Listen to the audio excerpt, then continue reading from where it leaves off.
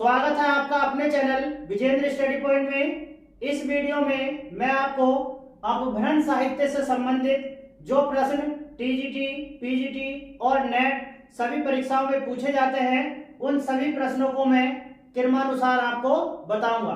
तो शुरू करते हैं। अपभ्रंश साहित्य, इन बिंदुओं को आप अपनी कॉपी में साथ के साथ नोट करते रहें। पहला महत्वपूर्ण तथ्य है, आचार्य रामचंद्र शुक्ल के अनुसार अपभ्रंश भाषा का समय क्या माना जाता है। सबसे पहला क्वेश्चन, 500 ईसा से 1000 ईसा इसका समय माना जाता है और यह क्वेश्चन टीजीटी, पीजीटी और नेट में पूछा जा चुका है। दूसरा महत्वपूर्ण तथ्य है, अपभ्रंश का सर्वप्रथम उल्लेख कहाँ मिलता है।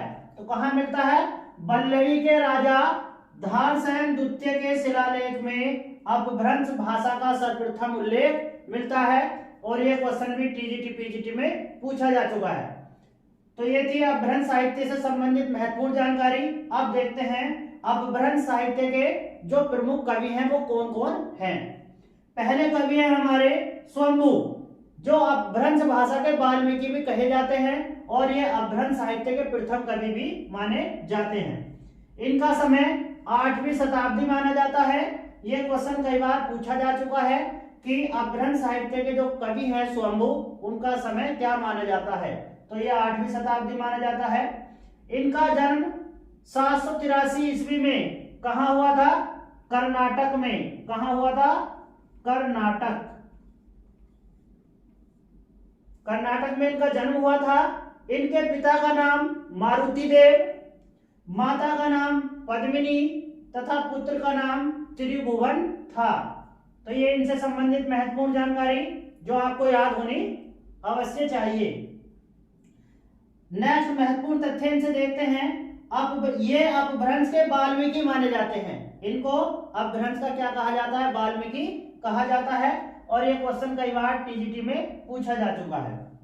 नेक्स्ट, डॉक्टर भोला शंकर व्यास ने इनको अपभ्रंश साहित्य का क्या कहा है, कालिदास कहा है। यह क्वेश्चन भी पूछा जा चुका है। इसके बाद डॉक्टर रामकुमार वर्मा ने इनको हिंदी का प्रथम कवि स्वीकार किया है। यानी अपभ्रंश साहित्य के जो प्रमुख कवि हैं स्वयंभू, डॉक्टर रामकुमार वर्मा इनको हिंदी का प्रथम कवि मानते हैं। अब देखते हैं इनकी महत्वपूर्ण रचनाएं। वैसे तो इनकी महत्वपूर्ण 3 रचनाएं मानी जाती हैं, लेकिन जो हमारी पयुम चर्यू इनकी रचना है यह सबसे महत्वपूर्ण इनकी रचना है और इससे संबंधित प्रश्न पूछे जाते हैं। तो इससे संबंधित सभी प्रश्नों को मैं आपको बहुत ही कम समय में आपको बताऊंगा। यह एक इनका प्रबंध काव्य है। यह कैसा काव्य है, इनका प्रबंध काव्य है। दूसरा महत्वपूर्ण तथ्य है, 5 कांडों में विभक्त है। यानी जो इनकी रचना है पयुम चर्यू, इसमें कितने कांड हैं, 5 कांड है और ये इनकी कैसी रचना है, अपूर्ण रचना है। अपूर्ण यानी अधूरी इनकी कृति है, जिसको इनके पुत्र त्रिभुवन ने पूर्ण किया है। यह क्वेश्चन कई बार पूछा जा चुका है कि स्वयंभू द्वारा रचित पयुम चर्यू को किसने पूर्ण किया। तो इनके पुत्र जो थे त्रिभुवन, उन्होंने इसको पूर्ण किया। इसके प्रथम कांड का नाम क्या है, विद्याधर। और ये कई बार क्वेश्चन टीजीटी में पूछा जा चुका है कि पयुम चर्यू के प्रथम कांड का नाम क्या है। तो ये इसमें विद्याधर इसके प्रथम कांड का नाम है। इसके बाद जो हमारा स्वयंभू द्वारा रचित पयुम चर्यू है उससे संबंधित महत्वपूर्ण जानकारियों को मैं आपको बताता हूं।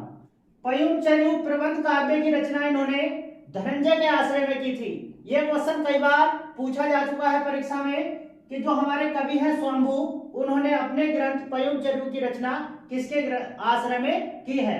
तो वो हमारे हैं धनंजय। इसके बाद पयुम चर्यू रचना की जो शैली है वो है कड़वकबद्ध शैली और इसको दोहा चौपाई शैली भी इसमें आ सकता है। दोहा चौपाई शैली, इस बात का आप ध्यान रखेंगे। ज्यादातर कड़वकबद्ध ही वो पूछता है।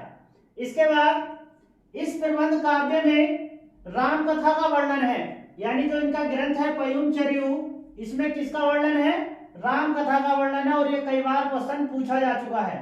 पयुम चर्यू को जैनी रामायण भी कहा जाता है। पयुम चर्यू को कौन सी रामायण कहा जाता है, जैनी रामायण भी इसको कहा जाता है। इसके बाद जो इनकी दूसरी रचना मानी जाती है वो मानी जाती है रिठनेमी चरऊ। इनके दूसरे नाम है अरिष्टनेमी चरित या हरिवंश पुराण। इसमें कृष्ण कथा का वर्णन है। इसमें किसकी कथा का वर्णन है? कृष्ण की कथा का इसमें वर्णन है। इसके बाद इनकी जो तीसरी रचना मानी जाती है वो मानी जाती है स्वयंभू छंदस। इन तीनों रचनाओं के बाद इसके अतिरिक्त पंचमी चरयु, स्वयंभू व्याकरण एवं शुद्ध चरित भी ये तीनों रचना इनकी मानी जाती हैं, लेकिन ये अभी तक प्राप्त नहीं हुई हैं। स्वयंभू को कविराज चक्रवर्ती एवं छंदस चूड़ामणि की उपाधि मिली थी। और ये क्वेश्चन कई बार नेट में भी पूछा जा चुका है कि स्वयंभू को कौन कौन सी उपाधि मिली थी। तो वो कौन से हैं हमारे? कविराज चक्रवर्ती एवं छंदस चूड़ामणि की इन्हें उपाधि मिली थी। इसके बाद जो हमारे अपभ्रंश साहित्य के अन्य कवि हैं उनको मैं आपको नेक्स्ट वीडियो में विस्तार पूर्वक आपको समझाऊंगा। यदि आपने अभी तक इस चैनल को सब्सक्राइब नहीं किया है तो चैनल को सब्सक्राइब अवश्य करें और बेल आइकन जरूर दबाएं, जिससे मेरी प्रत्येक वीडियो को आप देख सकें, क्योंकि इस चैनल से जुड़कर आप हिंदी टीजीटी, पीजीटी और नेट सभी परीक्षाओं की बेहतर तैयारी कर सकते हैं। मिलते हैं नेक्स्ट वीडियो में। वीडियो देखने के लिए धन्यवाद।